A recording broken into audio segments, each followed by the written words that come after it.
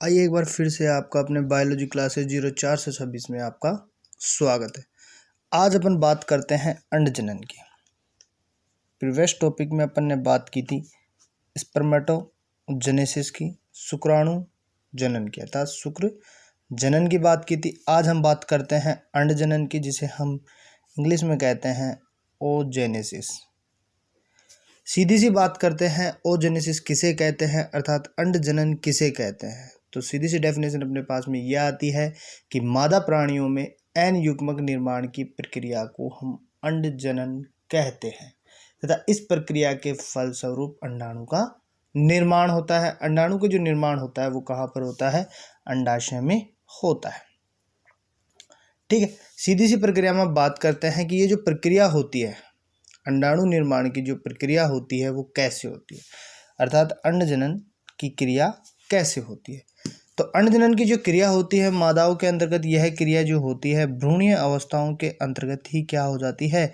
Start हो जाती है, अर्थात शुरू हो जाती है। जब भ्रूण 25 सप्ताह का होता है, जब भ्रूण 25 सप्ताह का होता है तब इसके अंदर लगभग 60 से 80 हजार 60 से 80 हजार अंडाणुजनन कोशिकाओं के द्वारा उगोनिया का निर्माण हो जाता है। किसका निर्माण हो जाता है? उगोनिया का निर्माण हो जाता है तथा इसके पश्चात यह क्रिया रुक जाती है, अर्थात 80,000 अंडाणुओं का निर्माण होने के बाद में अंडाणुजनन कोशिकाओं से 60 से 80,000 उगोनिया का निर्माण होने के बाद में अंडजनन की प्रक्रिया रुक जाती है तथा मेस्टोसाइकिल के बाद में फिर से ये क्या हो जाती है? शुरू हो जाती है। ठीक है, जैसा कि अपन को पता है कि शुक्र जनन की क्रिया को भी अपन ने 3 भागों में बांटा था, उसी प्रकार अंडजनन की क्रिया को भी हम कितने भागों में बांटते हैं? 3 भागों के अंतर्गत हम बांटते हैं। पहली जो प्रावस्था होती है गुणन प्रावस्था, दूसरी जो प्रावस्था होती है वृद्धि प्रावस्था, थर्ड जो प्रावस्था होती है उसे हम कहते हैं परिपक्वन प्रावस्था हम कहते हैं। ठीक है, गुणन प्रावस्था की हम बात करें तो उसी प्रकार जैसे सेम प्रीमोर्डियल जर्म सेल्स होती है, अर्थात जनन कोशिकाएं होती हैं जिनके अंतर्गत क्या होता है? समसूत्री विभाजन होता है। समसूत्री विभाजन से 60 से 80 हजार उगोनिया का क्या कर लेते हैं? ये निर्माण हो जाते हैं और यह जो क्रिया होती है यह भ्रूणीय अवस्थाओं के अंतर्गत ही प्रारंभ हो जाती है। ठीक है, वृद्धि प्रावस्थाओं की बात करें, ग्रोथ फेज की अगर हम बात करते हैं तो अंडजनन की जो वृद्धि प्रावस्था होती है वो शुक्र जनन से क्या होती है? थोड़ी लंबी होती है। ठीक है, इसकी बात करते हैं। इस अवस्था में क्या होता है? उगोनिया आकार में बढ़ने लगती है, अर्थात यहाँ देखते हैं कि उगोनिया का जो आकार होता है वो क्या होती रहती है? बढ़ने लगती है तथा अर्धसूत्री विभाजन की प्रोफेज फर्स्ट अवस्थाओं में प्रवेश कर जाती है। ठीक है, लेकिन यह अर्धसूत्री विभाजन में पूर्ण नहीं होता है। ठीक है, इसके पश्चात क्या होता है? इसके पश्चात उगोनिया के चारों ओर एक पोषक स्तर का क्या कर लेती है? ये निर्माण कर लेती है। ये अगर इस सरफेस को अपन देखें तो यहाँ से ये अपने उगोनिया इसके चारों ओर किसका निर्माण कर लेता है? ये पोषक स्तर का क्या कर लेता है? निर्माण कर लेता है। और ये जो पोषक स्तर के निर्माण की जो प्रक्रिया होती है इसके चारों ओर जो झिल्ली पाई जाती है जिसे हम कहते हैं मेम्ब्रेना गैल्यूनोसा कहा जाता है।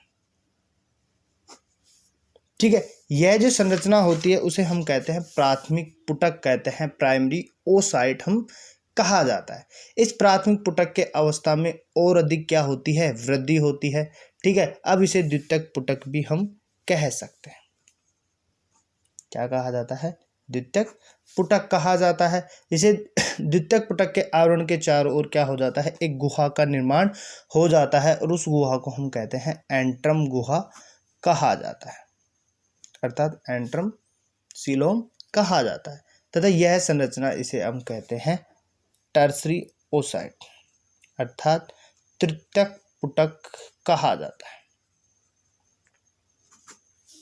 ठीक है, इस प्रकार पोषक पदार्थों के संग्रहण के कारण प्राथमिक oocyte का जो आकार होता है वो क्या हो जाता है? कई गुना बड़ा हो जाता है, अर्थात ये अपने आकार में क्या कर लेती है?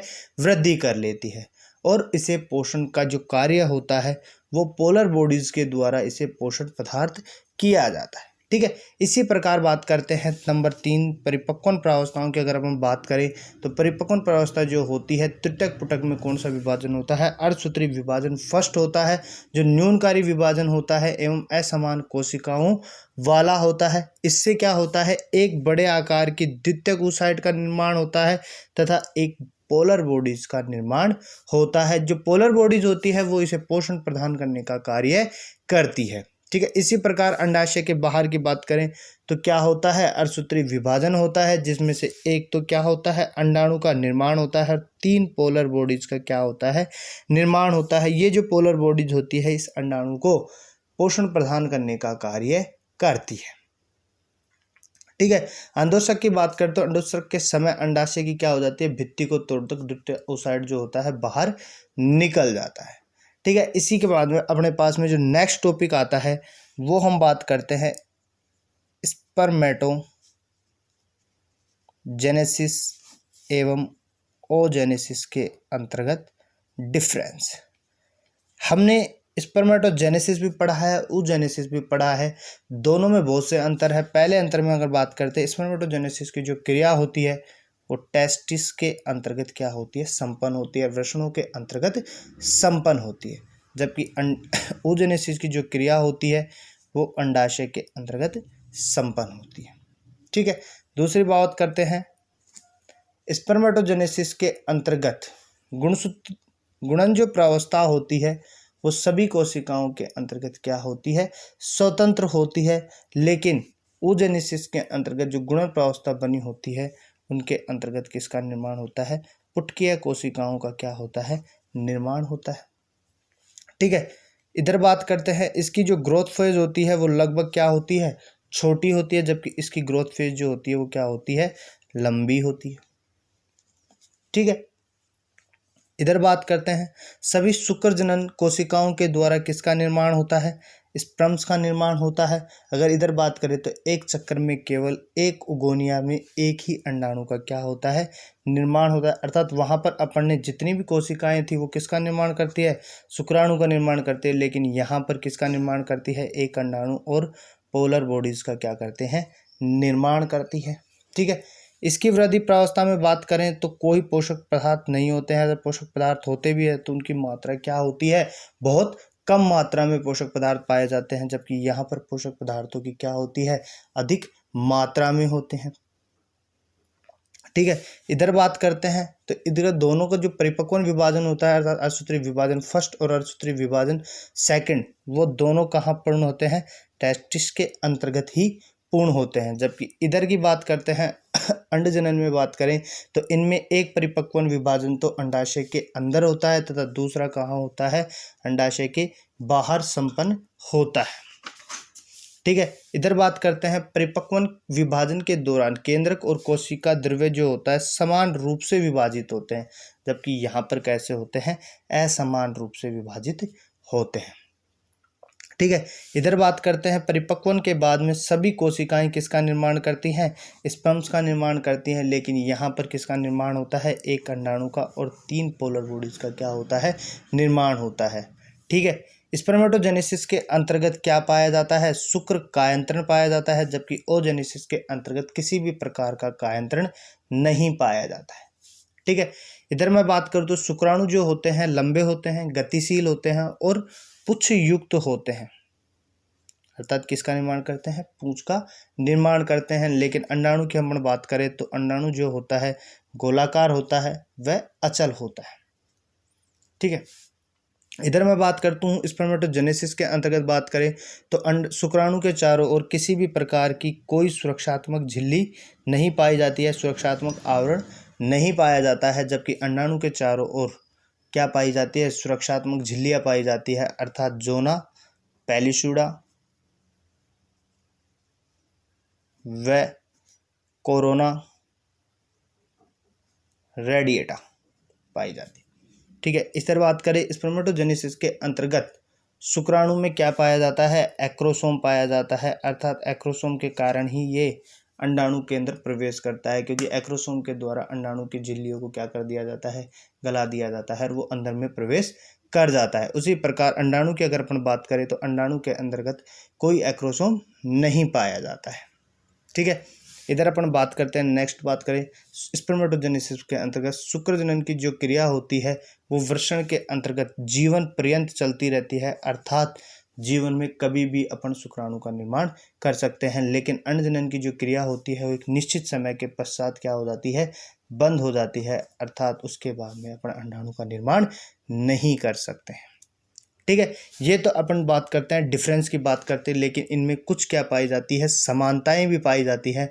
समानताओं के अंतर्गत अपन पहले पॉइंट में बात करें, दोनों की जो गुणन प्रावस्था होती है अर्थात स्पर्मेटोजेनेसिस और ooजेनेसिस की बात करें तो उनमें जो गुणन प्रावस्था होती है उनके अंतर्गत जो माइटोसिस होता है अर्थात समसूत्री जो विभाजन होता है वो दोनों में क्या पाया जाता है, समान पाया जाता है। ठीक है, सेकंड बात करते हैं, दोनों के अंदर तीनों प्रावस्थाएं पाई जाती है, अर्थात गुणन भी पाई जाती है, वृद्धि भी पाई जाती है और परिपक्वन प्रावस्था भी क्या होती है, पाई जाती है। ठीक है, तीसरी मैं बात करता हूँ यहाँ पर प्राथमिक जो शुक्राणु कोशिका होती है, प्राथमिक शुक्राणु कोशिका तथा द्वितीयक अंडाणु कोशिका दोनों क्या होते हैं, द्विगुणित होते हैं। ठीक है, चौथी मैं बात करता हूँ कि शुक्र जनन और अंड जनन के अंतर्गत परिपक्वन अवस्थाओं के अंतर्गत मियोसिस की क्रिया होती है, अर्थात अर्धसूत्री विभाजन की क्रिया होती है। दोनों प्रक्रियाओं में अगर मैं बात करूं पांचवें पॉइंट की, दोनों प्रक्रियाओं के अंतर्गत किसका निर्माण होता है, अगुणित युग्मकों का क्या होता है, निर्माण होता है, अर्थात दोनों कैसे होते हैं, अगुणित होते हैं, अर्थात अपने पास में एन रूप में ये आते हैं। यहाँ पर अपना टॉपिक कंप्लीट होता है। नेक्स्ट टॉपिक की अगर बात करेंगे वो मेंस्ट्रुअल साइकिल पे बात करेंगे। यहाँ पर धन्यवाद।